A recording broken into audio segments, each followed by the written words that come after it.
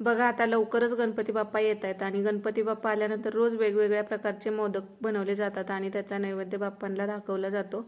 तर हा एक सगळ्यात सोपा प्रकार आहे. ज्यांना मोदक बनवता येत नसतील, कळ्या पाडता येत नसतील तर ते सुद्धा करू शकतील. इतकी सोपी पद्धत आहे. गव्हाच्या पिठापासून आपण हे मोदक बनवत आहे. तर हे मोदक तुम्ही तळून सुद्धा बनवू शकता किंवा असे उकडून सुद्धा बनवू शकता. हे एकदम पारंपरिक पद्धतीचे आपली आई आजी करत होत्या त्या पद्धतीचे मोदक आहेत. तर एकदम करायला सोपे. एकदा का तुम्ही सारण बनवून ठेवलं तर तुम्हाला जेव्हा केव्हा पाहिजे तेव्हा तुम्ही बनवू शकता. तर इथे मी अर्धी वाटी एवढं तीळ घेतलेलं आहेत. ते भाजून घेतले, शेंगदाणे पण भाजून घेतलेले आहेत आणि गूळ घेतलेला आहे. बघा तीळ, गुळ आणि शेंगदाणे एवढं साहित्य इथं घेतलेलं आहे. आता तीळ सुरुवातीला मी आधी बारीक करून घेतलं आणि त्यामध्येच थोडासा गूळ ॲड करून हे परत एकदा मिक्सरला फिरवून घेतलं. आता तीळ गुळ आपण बारीक केलेलं आहे. आता शेंगदाणे आहे ते पण ह्याच पद्धतीने बारीक करून घेते. तर थोडेसे शेंगदाणे, थोडासा गूळ असं टाकून 2 वेळा हे सुद्धा मी बारीक करून घेतलेलं आहे अशा पद्धतीने. आणि शेंगदाणे जे आहे ते जास्त बारीक करायचे नाहीत. बघू शकता तुम्ही, थोडंसं जाडसर वाटून घ्यायचं म्हणजे ते खाताना चिटकत नाहीत. आणि वेलची पावडर यामध्ये टाकायची. आता तुम्हाला ड्रायफ्रुट्स टाकायचे असतील तर ते सुद्धा तुम्ही यामध्ये टाकू शकता किंवा आहे असं सुद्धा साध्या पद्धतीने करू शकता. हे आपलं सारण तयार झालं. हे सारण तुम्ही 15 ते 20 दिवसासाठीचं एकदा बनवून ठेवू शकता. गणपती बाप्पा जाईपर्यंत नंतर तुम्हाला ज्यावेळी वेळ नसेल त्यावेळी असे झटपट मोदक बनवू शकता. आता इथं पिठासाठी मी गव्हाचं पीठ घेतलंय आणि यामध्ये चवीपुरतं मीठ टाकायचं आणि छोटं 2-3 चमचे एवढं मी यामध्ये तूप टाकले. मोठा चमचा असेल तर 2 चमचे टाका आणि दुधामध्ये हे पीठ तुम्ही भिजवून घेऊ शकता आणि थोडंसं नंतर पाणीसुद्धा वापर करू शकता किंवा पूर्ण दुधामध्ये भिजवलं तरीसुद्धा चालतंय. तर दुधामध्ये दूध, तूप आणि मीठ आपण यामध्ये टाकलेलं आहे आणि गव्हाचं पीठ आहे. तर अशा पद्धतीनं हा गोळा म्हणजे कणिक आहे ती आपल्याला मळून घ्यायची आहे आणि कणिक मळताना ती जास्त पातळ करायची नाही, शक्यतो थोडीशी घट्ट अशीच मळून घ्यायची म्हणजे आपल्याला हे मोदक व्यवस्थित लाटता येतात आणि भरता येतात. त्यामध्ये किती जरी सारण भरलं तरी ते मग तुटत नाहीत. तर जास्त चपात्यासारखी पातळ कणिक करायची नाही. बघा अशा पद्धतीने एकदम घट्ट अशी कणिक मळून झालेली आहे, पाहू शकता. तर ही आता थोड्या वेळासाठी म्हणजे 10 मिनिटासाठी अशी साईडला ठेवून देऊया. 10 मिनिटानंतर त्याला मी तूप लावलेलं आहे असं आणि बघा अशी छान पेढ्यासारखी आपली कणिक तयार झालेली आहे. आणि आता याचे छोटे गोळे करून तुम्हाला मोदक आता बनवून केवढ्या आकाराचे साईजचे बनवायचे आहेत त्यानुसार तुम्ही पीठ घेऊ शकता.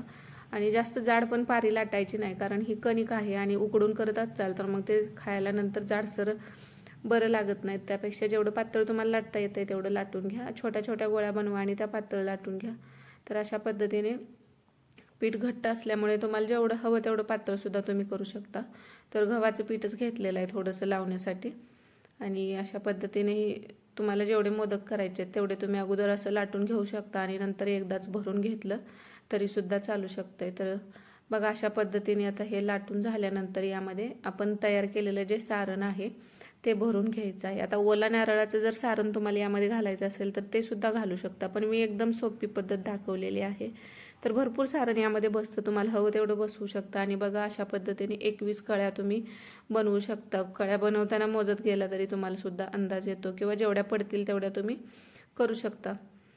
तर ही एकदम सोपी पद्धत आहे मोदक बनवायची. ज्यांना कळ्या पाडायला येत नाहीत तर बघू शकता, फक्त असं आपल्याला एक एक घडी अशी जुळवत जायची आणि एका हाताने ते पकडायचं आणि दुसऱ्या हाताने ती घडी तयार करायची. तर झाला मोदक तयार. अगदी झटपट तुम्ही 2 मिनिटामध्ये हे साधे सोपे मोदक तयार करू शकता. आता उकडीचे मोदक तर सगळ्यांनाच आवडतात, पण आता रोज ते बनवणं शक्य होत नाही कारण त्याला फार वेळ लागतो. तर ही सोपी पद्धत आहे, अगदी जुनी पद्धत आहे. अशा पद्धतीचे सुद्धा तुम्ही मोदक एका दिवशी बनवू शकता. हे तळून तुम्ही जर ठेवले तर 10 ते 15 दिवस व्यवस्थित टिकतात आणि असे उकडलेलं असेल तर मग 1-2 दिवस ते राहतात. तर बघा असे एवढे मोदक मी अगोदर बनवून घेतलेले आहेत आणि हे आता आपल्याला उकडून घ्यायचे आहेत. आणि तुम्हाला तळायचे असतील तर तुम्ही तळून सुद्धा घेऊ शकता. तर बघा एकदम सोपी पद्धत आहे. अशा पद्धतीने कळ्यासुद्धा याला छान आणि भरपूर पडतात आणि सारणसुद्धा भरपूर यामध्ये बसलं जातं. आता यामध्ये तुम्हाला तुमच्याकडे केळाचं पान असेल तर ते ठेवू शकता. आता केळीचं पान नसेल तर आंब्याची पानंसुद्धा ठेवा. म्हणजे काय होतं की चाळणीला अजिबात मोदक चिटकत नाही, ते पटकन नंतर आपल्याला चाळणीतून काढता येतात. आणि मोदक ठेवताना पण 2 मोदकच्या मध्ये थोडंसं अंतर ठेवा, ते एकमेकाला चिटकू देऊ नका. म्हणजे हे आपल्याला काढताना अजिबात मोदक आपले तुटत नाहीत, व्यवस्थित निघतात. तर आता चाळणीत जेवढे एका वेळेला बसतात तेवढे मोदक ठेवायचे, जास्त गर्दी करायची नाही, त्यामध्ये थोडासा अंतर ठेवून ठेवायचे, नाहीतर ते चिकटले की मग ते तुटले जातात मोदक एकमेकाला चिकटल्यानंतर. म्हणून जेवढे बसतायत तेवढे असे बसवून द्या. चाळणी मोठी असेल तर भरपूर बसतात. बघा एवढे मोदक बसलेले आहेत.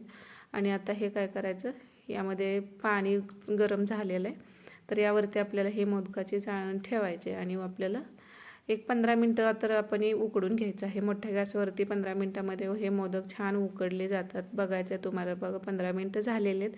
चेक करून बघायचं, हे हाताला वगैरे चिटकत नाहीत, तर हे आपले छान असे मोदक तयार झालेले आहेत. तर बघा आता काढताना सुद्धा आपण पटकन काढू शकतो. एकाला एक असा मोदक अजिबात चिकटलेला नाही, त्यामुळे एक सुद्धा आपला मोदक तुटत नाही, व्यवस्थित असे मोदक येतात. तर नक्कीच यावर्षी बाप्पाला नैवेद्यासाठी एखाद्या वेळेस अशा पद्धतीचे मोदक तुम्ही सुद्धा बनवू शकता. व्हिडिओ आवडला असेल तर लाईक करा, चॅनलला सुद्धा सबस्क्राईब करायला विसरू नका. आणि हा व्हिडिओ तुम्ही कोणत्या शहरातून किंवा गावातून पाहतायत हे सुद्धा कमेंटमध्ये नक्कीच सांगा. तर मस्त असे हे आपले उकडीचे मोदक, गव्हाच्या पिठाचे आणि उकडीचे मोदक तयार झालेले आहेत. तर यावरती जे तुम्हाला तूप आवडत असेल तर तूप टाकून सुद्धा खाऊ शकता. आणि सारण यामध्ये बघा भरपूर असं सारण आतमध्ये भरून हे मोदक होतात.